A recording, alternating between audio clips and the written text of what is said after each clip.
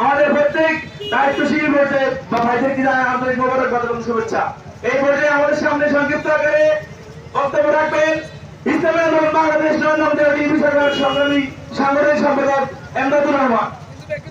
আসসালামু আলাইকুম ওয়া রাহমাতুল্লাহ। প্রথমে আমি কৃতজ্ঞতা প্রকাশ করছি যারা আজকের আমাদের আহ্বানে সাড়া দিয়ে হুন্ডা নিয়ে পুরস্কার আমাদের এই হুন্ডা সভায় সংযুক্ত হয়েছে। আমি ইউনিয়ন কমিটির আগামী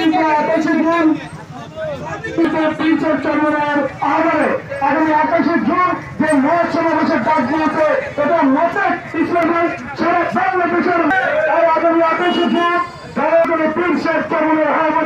এমন একটি সমাবেশ মানুষ সুষ্ঠু নির্বাচন চায়, জনগণের অধিকার চায়, বাংলাদেশের মানুষ থেকে বাঁচতে চায়। এই বাংলাদেশের মানুষ আগের মতো এই বাংলাদেশ শোষণের শিকার হতে চায় না, ঠিক কিনা?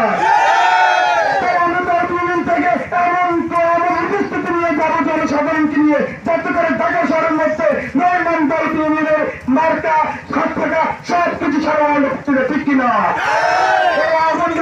আমি আমার সংক্ষিপ্ত বক্তব্য শেষ করতে